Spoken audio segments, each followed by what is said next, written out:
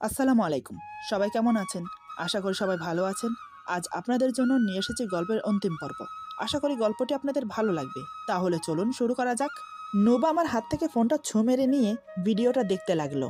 ভিডিওটা যত দেখছে ততই নোবার মুখ ক্রমশ পরিবর্তন হচ্ছে। আমি মনে মনে ভাবলাম, এবার অন্তত সবকিছু ঠিক হয়ে যাবে। আসলে ভিডিওটা ছিল আয়ানের। আয়ান আরেকটা মেয়ের সাথে কফি শপে বসে মেয়েটির হাতের উপর হাত রেখে হেসে হেসে কথা বলছে। নোবা যেন এটা বিশ্বাস করতে পারছে না। হলো তাই সে বিশ্বাস করলো না। ফোনটা বিছানায় ছুঁড়ে ফেলে দিয়ে বলে, আমি বিশ্বাস করি না। এই মেয়েটা ওর কোনো কাজেরও হতে পারে। আমি এসব বিশ্বাস করি না। এসব দেখে আপনি কি প্রমাণ করতে চাইছেন? আপনি যাই করে ফেলুন না কেন, আমার মন থেকে আয়ানকে মুছতে পারবেন না। আমি বললাম, আমি কোনো কিছুই প্রমাণ করতে চাই না। যা সত্যি তাই শুধু দেখালাম। নুবা বলে, কি সত্যি কি মিথ্যে সেটা আমি খুব ভালো করেই জানি। আমাকে শেখাতে আসবেন না। আমি এখানে এক মুহূর্ত থাকতে চাই না। আমি আয়ানের কাছে যাব। ওর কথা শুনে আমার মাথায় রক্ত উঠে গেল। যার জন্য আমি এত কিছু করছি সে এখনো নিজের জেদের কাছে অটর। সত্যিই কি আমার ভালোবাসা ওর চোখে পড়ছে না? আমি ওকে কতটা ভালোবাসি। আমি কোনো কথা না বলে শক্ত করে ওরা হাত ধরে টেনে টেনে গাড়িতে নিয়ে বসাই। এদিকে নুবা বলছে, কি হলো, আপনি এমন করছেন কেন? আমাকে কোথায় নিয়ে যাচ্ছেন এত রাতে?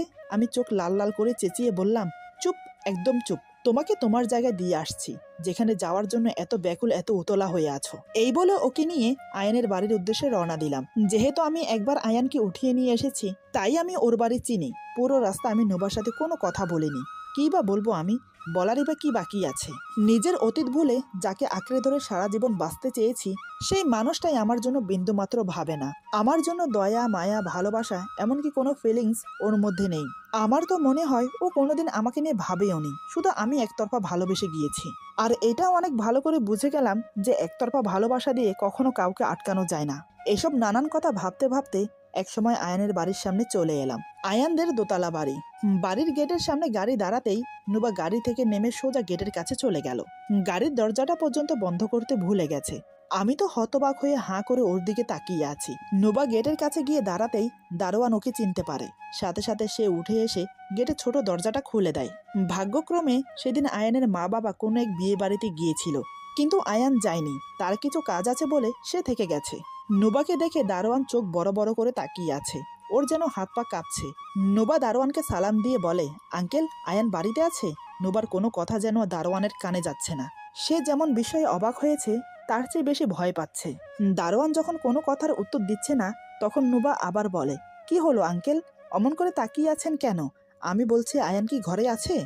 এবার দারোয়ান কাপা কাপা গলায় বলে, নুবা মামুনি, তুমি বেঁচে আছো?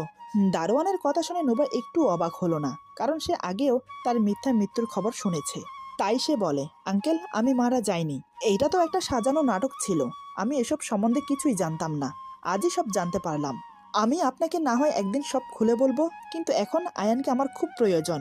কতদিন ওর সাথে আমার দেখা হয়নি। জানি না ও কি অবস্থায় আছে আমাকে না দেখি। দারোয়ান বলে, কিন্তু মামুনি। নুবা বলে, কোনো কিন্তু নয় আঙ্কেল, তুমি যা বলতে চাও সব পরে শোনা যাবে। আগে বলো আয়ান কোথায়? দারোয়ান অনেক পীড়াপিড়ি করলো নুবাকে আয়ানের ব্যাপারে কিছু বলার জন্য, কিন্তু নুবা আয়ানকে দেখার জন্য এতটাই ব্যাকুল হয়েছিল কারোর কথা শুনতে তার ভালোই লাগছে না। তাই দারোয়ান বাধ্য হয়ে বলল, আয়ান তার রুমেই আছে। আয়ানদের বাড়ির সবকিছুই নুবার নখদর্পণ, কারণ সে প্রায় আয়ানদের বাড়িতে আসতো। এদিকে নুবা বাড়ির ভেতর প্রবেশ করে দৌড়ে দোতলায় উঠে গেল। বাড়ির চাকরও নুবাকে চেনে। তারাও দরজা খুলে দেওয়ার সময় নুবাকে দেখে কিছু বলল না, তবে ভূত দেখার মতো ভয় পেয়ে দাঁড়িয়ে রইল, কারণ এরই মধ্যে বাড়ি শুদ্ধ সবাই জেনে গেছে নুবা মারা গেছে। সেই জায়গায় নুবাকে জীবিত দেখে কারোর মুখ দিয়ে যেন কোনো কথাই সরছে না। কিন্তু নুবাও জানে না নুবার জন্য কি ওয়েট করছে। আয়ান জানে বাড়িতে যখন মা বাবা নেই তখন ওকে কেউ ডিস্টার্ব করবে না। কোনো কাজের লোকের সাহস হবে না দরজা খুলে ওর রুমে আসার। তাই ও দরজা এমনি লাগিয়ে দিয়েছিল, লক করার প্রয়োজন বোধ মনে করেনি। নুবা খুশি মনে ছুটে গিয়ে দাঁড়ালো আয়ানের রুমের দরজার সামনে। দাঁড়িয়ে চোখ মুখ বন্ধ করে জোরে জোরে শ্বাস নিল কয়েকটা। চোখ বন্ধ করে মনে মনে ভাবতে লাগলো, আজ এই রাত সবচেয়ে খুশির রাত হবে আমার কাছে। এত ঝড় ঝাপটার পর আমি আমার মনের মানুষটাকে নিজের করে পাবো আজ। জানি না আমার মৃত্যুর সংবাদ শুনে কতই না কষ্ট পাচ্ছে ও। আজ আমাকে জীবিত ওর সামনে দেখতে পেয়ে আমার থেকে বেশি খুশি ও হবে। কথাগুলো ভেবেই মনের অজান্তে হেসে উঠল। নুবা দরজায় নক না করে দরজা খুলে ভেতরে প্রবেশ করলো আয়ানকে সারপ্রাইজ দেবে বলে। কিন্তু হলো তার উল্টো। আয়ানকে সারপ্রাইজ দিতে গিয়ে সে নিজে জমজমাট একটা সারপ্রাইজ পেয়ে গেল। নুবা দরজা ধরে দাঁড়িয়ে থরথর করে কাঁপছে। চোখ ফেটে অজান্তেই জল গড়াতে শুরু করেছে। ওর মাথায় যেন বিনা মেঘেই বজ্রপাত হলো। কাঠের মূর্তির মতো দাঁড়িয়ে সামনের দৃশ্য দেখছে, যেটা তার কল্পনা অতীত। এদিকে আয়ান দরজা খোলার শব্দ শুনে চমকে উঠে দরজার দিকে তাকিয়ে থমকে যায়। ওর পিঠ দিয়ে যেন ঠান্ডা স্রোত বয়ে গেল। বিস্ফারিত চোখে তাকিয়ে আছে নুবার দিকে। এমনও তো অবস্থায় নুবা ওকে দেখবে, সেটা নুবা ভাবতে পারেনি। আসলে আয়ান একটা মেয়ের সাথে অর্ধনগ্ন অবস্থায় বিছানায় শয্যাশায়ী। দুজনের পরনে কাপড় নেই বললেই চলে। কোমর পর্যন্ত পাতলা কম্বল টানা, আর উপরের অংশে কাপড় নেই বললেই চলে। এদিকে ওই মেয়েটা নুবাকে দেখে নিজের শরীর ঢাকার চেষ্টা করছে। মেয়েটাকে দেখে নুবার চিনতে বাকি রইল না, এটা সেই মেয়ে যাকে সে ভিডিওতে দেখেছে। এদিকে আয়ান ও নুবা একে অপরের দিকে তাকিয়ে আছে, কারোর কোনো হুঁশ নেই। এমনও তো অবস্থায় নুবার উচিত ছিল রুম থেকে বেরিয়ে যাওয়া, কিন্তু সে সেটাও ভুলে গেছে। তার যেন মাথায় কাজ করছে না। অন্যদিকে মেয়েটি নুবাকে যা ইচ্ছে তাই বলে যাচ্ছে, কারণ সে দরজা নক না করে ঘরে ঢুকেছে। তার জন্য দরজা নক করে ঘরে ঢুকলে এমন পরিস্থিতিতে পড়তে হতো না। অনেকক্ষণ কেটে যাওয়ার পর নিজেকে সামলে অনেক কষ্টে নুবা বলে, আমি মনে হয় অসময়ে এন্ট্রি করেছি, সরি আপনাদেরকে ডিস্টার্ব করার জন্য। এই বলে নুবা রুম থেকে বেরিয়ে আসে। নুবা বেরিয়ে যেতেই আয়ানের যেন হুঁশ ফিরল। সে তড়িঘড়ি বিছানা থেকে উঠে টাওয়াল কোমরে পেঁচিয়ে নুবাকে ডাকতে ডাকতে বেরিয়ে এলো, কিন্তু নুবা দাঁড়াচ্ছে না। কেন দাঁড়াবে সে? যা নিজের চোখে দেখেছে, এর পরেও কি আর কিছু দেখার বা বলার বাকি আছে? আয়ান ছুটে এসে নুবার হাত ধরে বলে, প্লিজ নুবা, আমার কথা শোনো। নুবা আয়ানের গালে কষে একটা থাপ্পড় মেরে বলে, খবরদার, তোমার ওই নোংরা মুখে আমার নাম উচ্চারণ করবে না। আমার যা দেখার দেখা হয়ে গেছে, আর কিছু দেখার বা বলার বা শোনার কোনো ইচ্ছে আমার নেই। তোমাকে ভালোবাসি বলে তোমাকে পাওয়ার জন্য আমি কি কি করিনি, আর তার তুমি এই প্রতিদান দিলে? সত্যি আমি তোমাকে চিনতে ভুল করেছি। আয়ান বলে, দেখো তুমি আমাকে ভুল বুঝছো, এখানে আমার কোনো দোষ নেই। আমি জানতাম তুমি মারা গেছো, তাই। পুরো কথা শেষ হলো না, তার আগেই নুবা বলে, আরে একটা মানুষ মারা গেলে মানুষ অন্তত বছর 6 মাস তার শোক পালন করে, তার জন্য চোখের পানি ফেলে, মনে মনে তাকে মিস করে, তাকে হারানোর কষ্ট তাকে কুরে কুরে খায়। কিন্তু তুমি তো 6 মাস তো দূরের কথা, একটা মাসও শেষ হতে দিলে না, এর মাঝে গার্লফ্রেন্ড বানিয়ে ফেলেছো। তুমি আমাকে ভালোবাসো, তাই না? আসলে তুমি আমাকে কোনোদিন ভালোই বাসোনি, আর আমি কিনা তোমার মতো একটা গিরগিটি মরিচিকার পিছনে নিজের সময় নষ্ট করছি। যে মানুষটা আমাকে পাগলের মতো ভালোবাসে, যে মানুষটা আজ নিজের জীবন ঝুঁকিতে রেখে আমাকে বাঁচিয়ে নিয়ে আসলো, তাকে আমি কোনোদিন স্বামী হিসেবে মানিইনি, স্বামীর অধিকারটুকু পর্যন্ত দেইনি। এতদিন বিয়ে হয়েছে, আমার হাতটা পর্যন্ত কোনোদিন ছুঁয়েও দেখেনি। জানি না সে আমাকে ক্ষমা করবে কিনা। আজকের পর থেকে আমার সাথে কোনো রকম যোগাযোগ করবে না। আজকে থেকে তোমার কাছে আমি মৃত। ভবিষ্যতে আমার জীবনে আসার চেষ্টা করবে না, তাহলে কিন্তু এর ফল ভালো হবে না। এই বলে নুবা চলে আসে। আয়ান কোনো কথা বলে না, সে শুধু অপরাধীর মতো চাহনি নিয়ে নুবার দিকে তাকিয়ে আছে। নুবা চোখের পানি মুছতে মুছতে আয়ানের বাড়ি থেকে বেরিয়ে গেল। আমি নুবাকে ওখানে নামিয়ে দিয়ে বাসায় চলে এসেছি। আমি জানতাম নুবা কখনো আমার কাছে ফিরে আসবে না। বাসায় এসে কাপড় চোপড় ছেড়ে ফ্রেশ হয়ে বুকে একটা বালিশ নিয়ে বিছানায় শুয়ে পড়লাম। চোখ থেকে অজর ধারায় অশ্রু ঝরছে। আজ নিজেকে খুব অসহায় মনে হচ্ছে। মায়ের কথা খুব মনে পড়ছে। ওর কথা রাখতেই তো নুবাকে বিয়ে করেছিলাম, নুবাকে নতুন করে ভালোবাসতে শুরু করেছিলাম। কিন্তু সেও তো আমাকে ছেড়ে চলে গেল। আমাকে কি ভালোবাসার মতো কেউ থাকবে না? নাকি আমি সত্যি কারো ভালোবাসা পাওয়ার যোগ্য না? নানান কথা ভাবতে ভাবতে অবশেষে ঘুমের রাজ্যে পাড়ি দিলাম। রাত তখন কয়টা বাজে জানি না। হঠাৎ কলিং বেলের আওয়াজে ঘুম ভাঙলো। এত রাতে কে এলো? কেউ আসা তো কোনো কথা ছিল না। চোখে অনেক ঘুম, তারপরও বাধ্য হলাম উঠতে, কে এসেছে দেখার জন্য। কারণ যে এসেছে দরজায় সে অবিরাম কলিং বেল বাজিয়ে যাচ্ছে। একরাশ বিরক্তি নিয়ে দরজা খুলে কিছু বলতে যাব, কিন্তু নুবাকে দেখে মুখের শব্দ মুখেই রয়ে গেল। সাথে অবাকও হলাম। ঘড়ির দিকে তাকিয়ে দেখি রাত 12:30 বাজে। আমি কিছু বলতে যাব, তার আগেই নুবা আমাকে পাশ কাটিয়ে ভিতরে প্রবেশ করে। আমিও আর কিছু বললাম না, দরজা লাগিয়ে দিলাম। সে রুমে প্রবেশ করে টাওয়াল আর কাপড় নিয়ে ফ্রেশ হতে ওয়াশরুমে চলে গেল। বুঝতে পারলাম আজ আমার খাটে শোয়া হবে না, তাই বালিশ নিয়ে নিচে বিছানা করে শুয়ে পড়লাম। নুবা কখন ফ্রেশ হয়ে বেরিয়েছে আর কখন ঘুমোলো আমি জানি না। আমি ঘুমিয়ে পড়েছিলাম। সেই ঘুম ভাঙলো সকালে, তাও আবার নুবার ডাকে। নুবা বলে, এই যে শুনছেন, সকাল হয়ে গেছে, উঠে পড়ুন। আমি চোখ খুলে দেখলাম নুবা আমার পাশে বসে আমাকে ডাকছে। ওর দিকে তাকাতেই আমার চোখ আটকে গেল। মুখে এখনো কষ্টের ছাপ ফুটে আছে। এমন মনে হচ্ছে কাল রাতে এমন কিছু দেখেছে যা দেখে মনে খুবই আঘাত পেয়েছে। মনে অনেক কৌতূহল জাগলো জানার, কিন্তু এখন কিছু জানতে চাওয়া মোটেও উচিত হবে না। এতে হিতে বিপরীত হবে। তাই আমি কিছু না বলে চুপচাপ উঠে চলে গেলাম ফ্রেশ হতে। এদিকে নুবা ঘরের কাজে নিজেকে ব্যস্ত রাখছে, যাতে সে আয়ানকে ভুলে থাকতে পারে। আমি ফ্রেশ হয়ে বেরিয়ে দেখি ও রুম গুছিয়ে রেখেছে, এমনকি সকালের নাস্তাও বানিয়ে রেখেছে। এসব দেখে আমি অবাক হলেও কিছু বললাম না। আমার ইচ্ছে ছিল নাস্তা না করেই অফিসে চলে যাব, কিন্তু তার হলো কই। বেরিয়ে যাব তখনই ডাকলো নাস্তা খাওয়ার জন্য। কিছু বলতে গিয়েও বলতে পারছি না। তাই চুপচাপ নাস্তা করে নিলাম। নাস্তা শেষ করে বেরিয়ে আসবো, তখন নুবা বলে, লাঞ্চের সময় বাসায় চলে আসবেন, বাইরে খেতে হবে না, কথাটা যেন মনে থাকে। কথাটা শুনে আমি ওর দিকে তাকাতেই ওর চোখে চোখ পড়ল। ওর চোখে যেন কিছু একটা ছিল, যার কারণে না করতে পারলাম না, শুধু বলেই চলে এলাম। দুপুরের দিকে ওর কথা মতো বাসায় চলে এলাম। এসে দেখি সে খাবার নিয়ে অপেক্ষা করছে। ওর আচরণের পরিবর্তন দেখে বেশ অবাক হলাম, কিন্তু কিছু বলার বা জিজ্ঞেস করার সাহস পাচ্ছি না। নিহাত কিছু বললে যদি উল্টো বোঝে, তাই চুপচাপ থাকাটাকেই বেটার মনে করলাম। দুপুরে খাওয়া দাওয়া করে রেস্ট নিয়ে আবার অফিসে চলে গেলাম, কিন্তু নুবার সাথে আমি কোনো কথা বললাম না। নুবা অনেক ট্রাই করেছে আমার সাথে কথা বলতে, কিন্তু আমি কোনো কথা বললাম না। নুবা নিজের ভুলটা বুঝতে পেরেছে। আয়ানের জন্য সে আমাকে অনেক কষ্ট দিয়েছে, তাই সে আমার কাছে ক্ষমা চাওয়ার জন্য আমার সাথে স্বাভাবিকভাবে মেশার চেষ্টা করছে। কিন্তু যখন দেখছে আমি তার সাথে কথা বলছি না, এতে করে সে আরো ভেঙে পড়ে। আমি অফিসে চলে যাওয়ার পর সে ডুকরে কেঁদে ওঠে, কান্না করতে করতে একসময় ঘুমিয়ে পড়ে। বিকেলের দিকে ঘুম ভাঙলো, বিছানায় শুয়ে শুয়ে আয়ানের কথা ভাবতে লাগলো। পুরোনো দিনের কাটানো সেই মুহূর্তগুলো এক এক করে স্মৃতির পাতায় উকি দিতে লাগলো। চাইলেই কি সবকিছু ভোলা যায়? ভালোবাসা তো এমনই হয়, হঠাৎ হয়ে যায়, কিন্তু তাকে ভোলাতে খুব বেগ পেতে হয়। আয়ানের স্মৃতি মনে করে কান্না করতে থাকে নোবা। আজ একটু তাড়াতাড়ি কাজ শেষ করে বাসায় ফিরলাম। যেহেতু আমার কাছে এক্সট্রা চাবি আছে, তাই আমি কলিং বেল প্রেস করলাম না, নিজেই দরজা খুলে ভেতরে প্রবেশ করলাম। ড্রয়িং রুমে নোবাকে দেখতে না পেয়ে রুমে চলে গেলাম। গিয়ে দেখি সে বালিশ বুকে নিয়ে কান্না করছে। এটা দেখে এতটা আশ্চর্য হলাম না, নিশ্চয়ই কাল আয়ানের সাথে কিছু হয়েছে। এবারে দেখছি কথা না বললে হচ্ছে না। আমি হাতের ব্যাগ রেখে ওর পাশে গিয়ে বসলাম। ওর মাথায় হাত রাখতেই সে মুখ ফিরিয়ে আমার দিকে তাকালো। একই কান্না করতে করতে চেহারার একই হাল করেছে। ওর এই অবস্থা দেখে আমার বুকের ভেতরটা মোচড় দিয়ে উঠল। আমি ব্যতিব্যস্ত হয়ে বললাম, কি হয়েছে? কান্না করে একই হাল করেছো নিজের, কি হয়েছে বলো? আমার মুখ থেকে মনে হয় এটা শোনার জন্য সে ওয়েট করছিল। কথাগুলো বলার সাথে সাথে সে আমাকে শক্ত করে জড়িয়ে ধরে হাও মাও করে কান্না করতে লাগলো। আমিও দু হাতে ওকে আগলে নিলাম নিজের বুকের সাথে।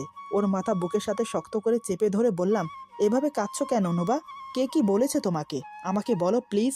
নোবা হেঁচকির জন্য কিছু বলতে পারছে না, তারপরও অস্ফুটভাবে একটা শব্দ বলল, আয়ান।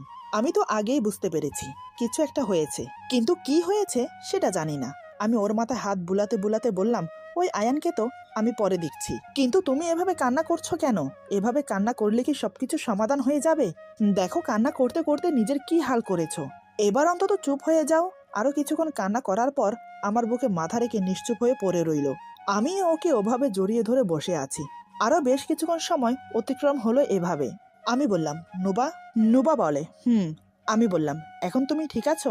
নুবা বলে, আমি বললাম, তাহলে ওঠো, উঠে ফ্রেশ হয়ে নাও, চলো আজকে আমরা বাইরে খেতে যাব। নুবা বলে, না আমি যাব না।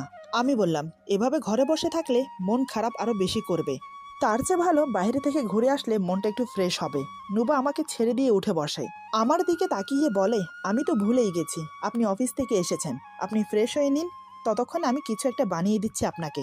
নিশ্চয়ই আপনার অনেক খিদে পেয়েছে। এই বলে উঠতে যাবে, আমি ওর হাত ধরে আবার বসিয়ে দিলাম। আমি বললাম, আহা এত ব্যস্ত হইও না, আমার এখন খিদে পাইনি, আর তোমাকে কষ্ট করে কিছু রান্নাও করতে হবে না। তুমি বাইরে না যেতে চাইলে জোর করব না, তার চেয়ে বরং আমি ঘরে খাবার অর্ডার করছি, তুমি ফ্রেশ হয়ে রেস্ট করো। দেখো নুবা, আমি জানি তুমি মানসিকভাবে খুব ভেঙে পড়েছো। কাল আয়ানের ওখানে কি হয়েছে আমি জানি না, আমি জানতে চাইও না। তুমি নিজে থেকে না বললে আমি জানতে চাইবও না। তবে একটা কথা মনে রেখো, তোমার সুখে দুঃখে সবসময় আমি তোমার পাশে আছি, আর থাকবো। আমার একটা কথা রাখবে? নুবা ছলছল নয়ন নিয়ে আমার দিকে তাকিয়ে বলে, কি কথা? আমি বললাম, এভাবে কখনো কান্না করবে না, তোমার কান্না আমার ভালো লাগে না। নুবা বলে, কফি খাবেন? আমি বললাম, তুমিও যদি খাও তাহলে নিয়ে আসো। আমার কথা শুনে নুবা রান্নাঘরে চলে গেল। কিছুক্ষণ পর 2 কাপ কফি নিয়ে এলো, আমার পাশে বসে আমার সাথে কফি খেতে লাগলো। আমি জিজ্ঞেস করলাম, খাবারে কি অর্ডার করব, কি খাবে? নুবা বলে, আপনার যেটা ভালো মনে হয়। আমি আর জিজ্ঞেস করলাম না। একসময় রাতের খাওয়া দাওয়া শেষ করে শুয়ে পড়লাম, আমি নিচে, নুবা উপরে। এভাবে প্রায় বেশ কিছুদিন কেটে গেল। এরই মধ্যে নুবা কিছুটা স্বাভাবিক হয়েছে, আমার সাথেও অনেকটা ফ্রি হয়েছে। আজ সে খুব সুন্দর করে সেজেছে, ড্রেসিং টেবিলের সামনে বসে নিজেকে নিজে দেখে মুচকি হাসছে। এই প্রথম সে আমার জন্য সেজেছে। সন্ধ্যার পর আমি বাসায় এলাম, কারণ আজ অফিসে কিছু কাজ ছিল, তাই একটু দেরি হয়েছে। কলিং বেলের শব্দ শুনে এক প্রকার ছুটে এসে দরজা খুলে দিল। দরজা খুলতেই আমি ওকে দেখে থমকে গেলাম। কি অপূর্ব লাগছে ওকে, পা থেকে মাথা পর্যন্ত খুঁটিয়ে খুঁটিয়ে দেখলাম, কি নিখুঁতভাবে নিজেকে তৈরি করেছে। প্রতিটা অঙ্গে অঙ্গে যেন সৌন্দর্য দ্বিগুণভাবে ফুটে উঠেছে। আমাকে এভাবে তাকিয়ে থাকতে দেখে নুবা বলে, কি হলো, আপনি এখানে দাঁড়িয়ে এমন করে কি দেখছেন? আমাকে বুঝি সুন্দর লাগছে না? ওর কথা শুনে আমি মুচকি হেসে বললাম, সুন্দর কি জিনিস আমি জানি না, তবে তোমার দিক থেকে আমি চোখ সরাতে পারছি না। তোমাকে এত অপূর্ব লাগছে যে আমি মনে হয় তোমার মাঝেই হারিয়ে গেছি। নুবা বলে, আপনিও না, কি যে বলেন, আসুন ভিতরে আসুন। আমি বললাম, এত সুন্দর করে কার জন্য সেজেছো? কেউ কি আসছে? নুবা বলে, কেউ আসবে মানে? বারে, আমি কি এমনি সাজতে পারি না? ওর কথা শুনে আমি ভ্রু কুঁচকে ওর দিকে তাকালাম।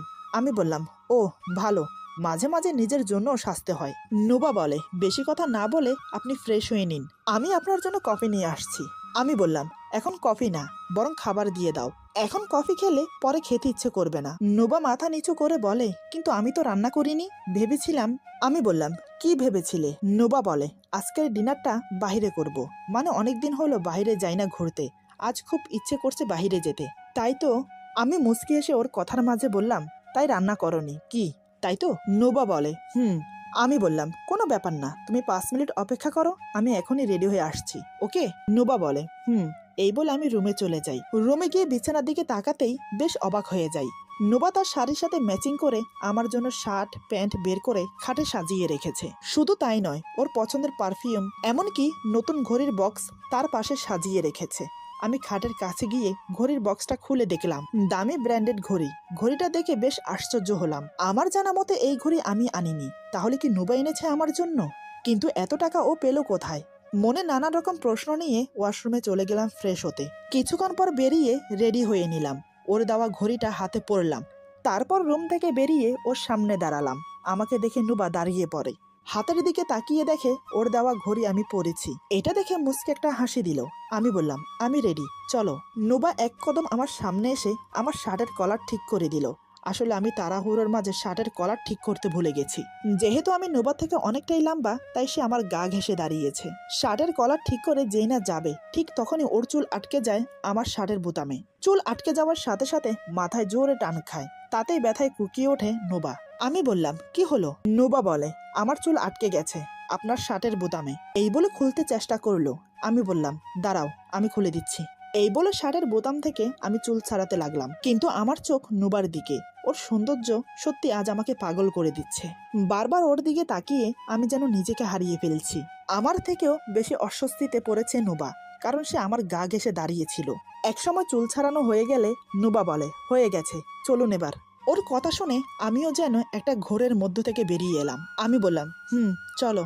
তারপর দুজন গিয়ে গাড়িতে বসলাম। আমি বললাম, ঘড়ি গিফট করার জন্য ধন্যবাদ, কিন্তু এত দামি ঘড়ি কেন কিনেছো? আর এত টাকা পেলে কোথায়? নুবা বলে, আপনি যে প্রতিদিন আমাকে হাত খরচের জন্য যে টাকা দিতেন, সেটা জমিয়ে এই ঘড়িটা কিনেছি আপনার জন্য। ওর কথা শুনে আমি ভ্রু কুঁচকে ওর দিকে তাকিয়ে বললাম, মানে? আমি তোমাকে টাকা দিয়েছি তোমার হাত খরচের জন্য, আর তুমি সেটা খরচ না করে আমার জন্য ঘড়ি কিনলে? এমন কেন করলে? নুবা বলে, বারে, আমার যা প্রয়োজন তা তো আপনি নিয়ে আসেন, তাই আমার হাত খরচের টাকা খরচ করতে হয় না, সেটা থেকে যায়। আমি বললাম, খরচ না হোক, কিন্তু তারপরও সেটা তোমার টাকা, যেটা আমি তোমাকে বিয়ে দিয়েছি। খরচ না হলে জমিয়ে রাখতে, অন্য কোনো কাজে লাগাতে পারতে। শুধু শুধু কেন আমার জন্য এত দামি ঘড়ি কিনতে গেলে? নোবা একটু রাগের সাথেই বলে, কেন, ঘড়িটাকে আপনার পছন্দ হয়নি? আমি বললাম, খুব পছন্দ হয়েছে। নোবা বলে, পছন্দ হয়েছে যখন পড়ুন না, এত প্রশ্ন করছেন কেন? আর আমি কি আপনাকে কিছু দিতে পারি না, নাকি আমার সেই অধিকারটুকু নেই? আমি বললাম, আহা, তুমি রাগ করছো কেন? আমি তো ব্যাস এমনি বললাম। ঠিক আছে, আর রাগ করো না, আমি আর বলবো না, তবে ঘড়িটা খুব সুন্দর, তোমার পছন্দ আছে বলতে হয়। নুবা বলে, তারপর এক সময় আমরা রেস্টুরেন্টে পৌঁছে গেলাম। খাওয়া দাওয়া করে এরপর বাসায় চলে আসি। বাসায় এসে নুবা ফ্রেশ হয়ে আমার আর ওর জন্য কফি নিয়ে এলো। দুজন একসাথে দাঁড়িয়ে কফি খাচ্ছি। দুজনের মধ্যে কম আর বেশি কথাবার্তা হচ্ছে।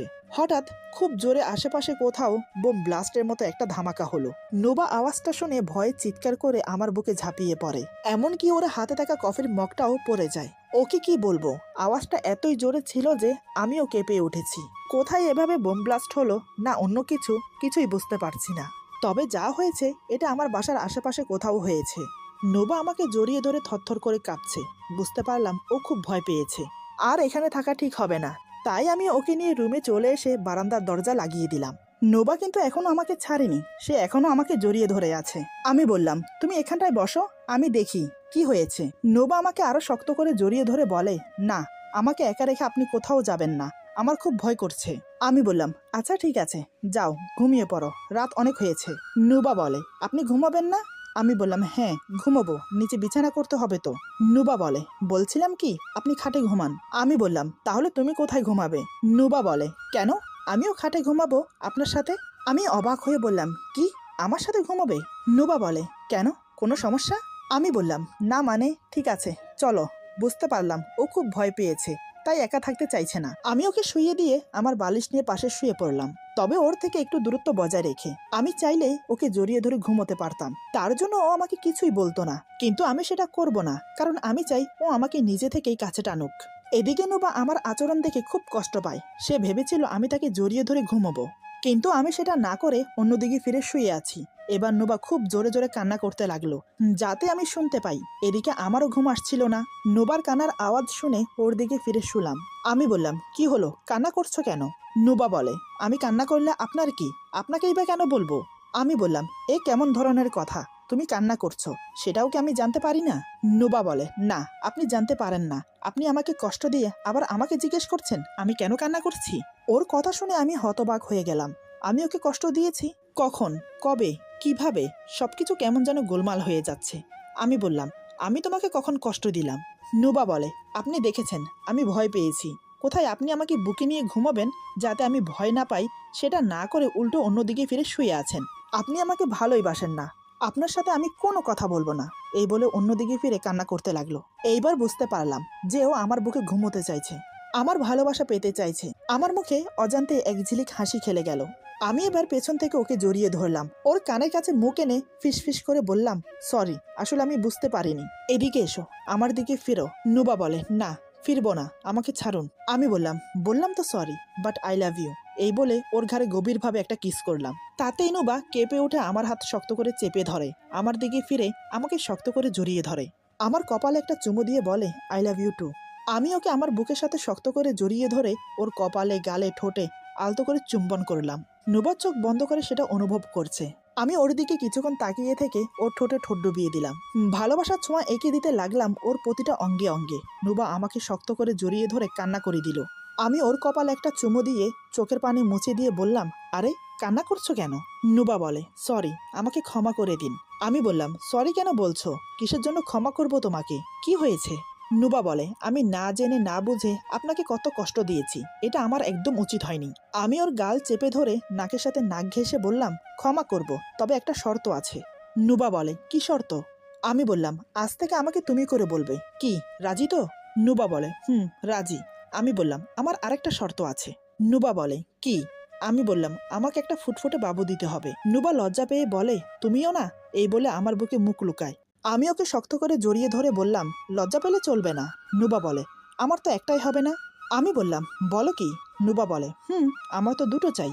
আমি বললাম আরে ব্যাস, আগে বলবে তো, তাহলে এসো তোমাকে বেশি বেশি করে আদর করি। এই বলে আমি নুবাকে আদর করতে লাগলাম। এইভাবেই শুরু হলো আমাদের ভালোবাসা। আজকের গল্প এখানে সমাপ্ত। আল্লাহ হাফেজ।